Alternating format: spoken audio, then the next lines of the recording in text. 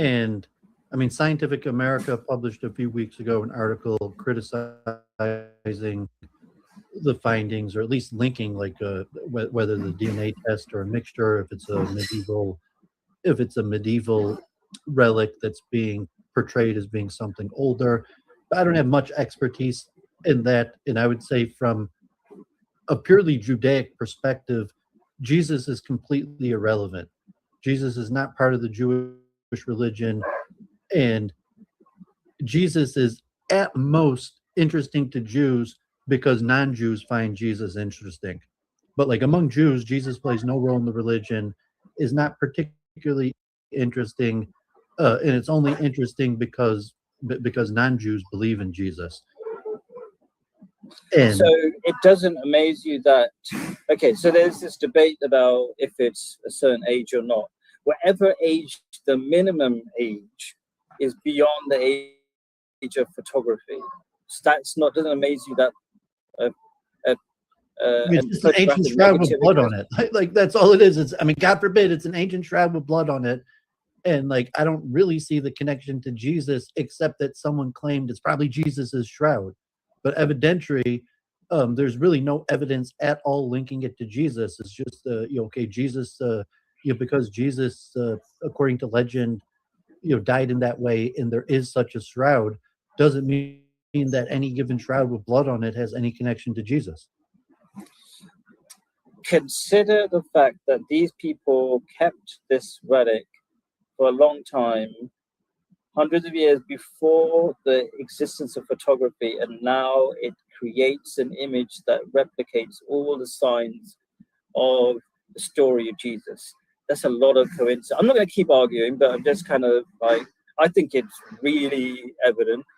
And the fact that there are different types of material, and the fact that there was a fire, and there's wear and tear, and some material is older, and the core material is 2,000 years old.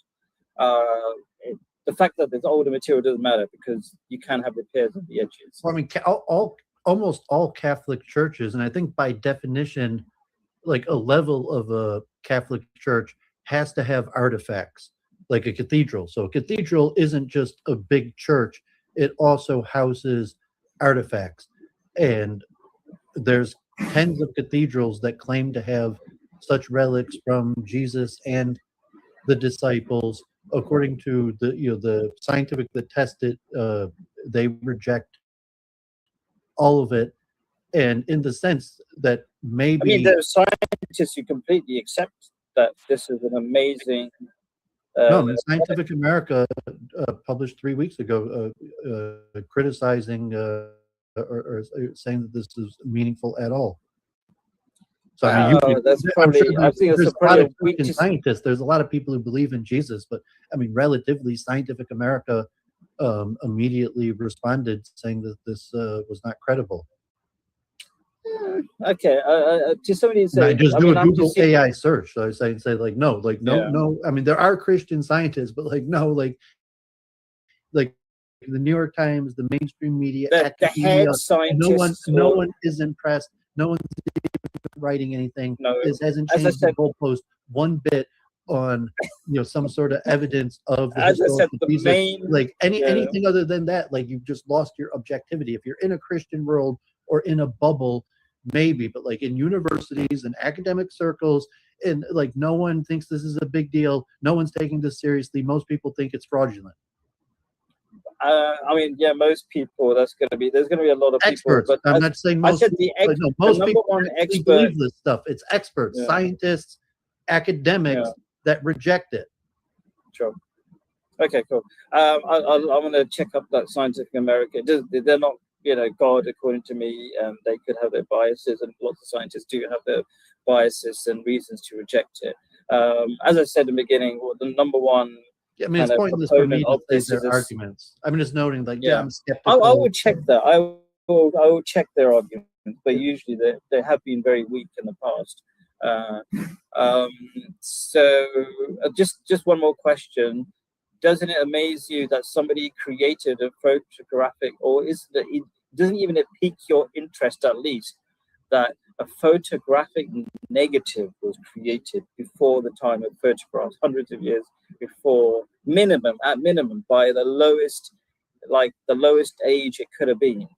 That photographic image was created.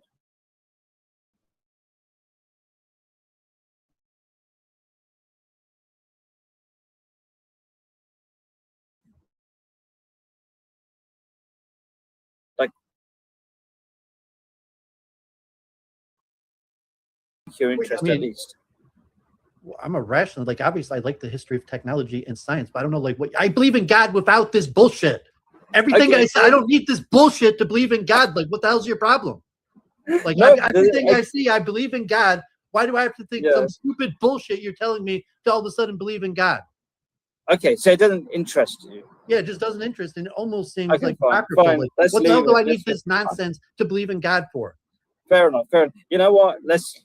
I think everybody comes from different perspectives, and you already believe in God, and you don't feel the need to maybe explain or prove to other people that there are amazing miracles of different types. But anyway, I'm that's also a scientist, so I know what I can't prove scientifically. I'm a scientist as well, and that's scientifically that's you're amazing. Just on some like bullshit. Like, I remember what it was like in university, and like no one took me seriously, and like there was no like big thing where I convinced everybody that I was right and they were wrong.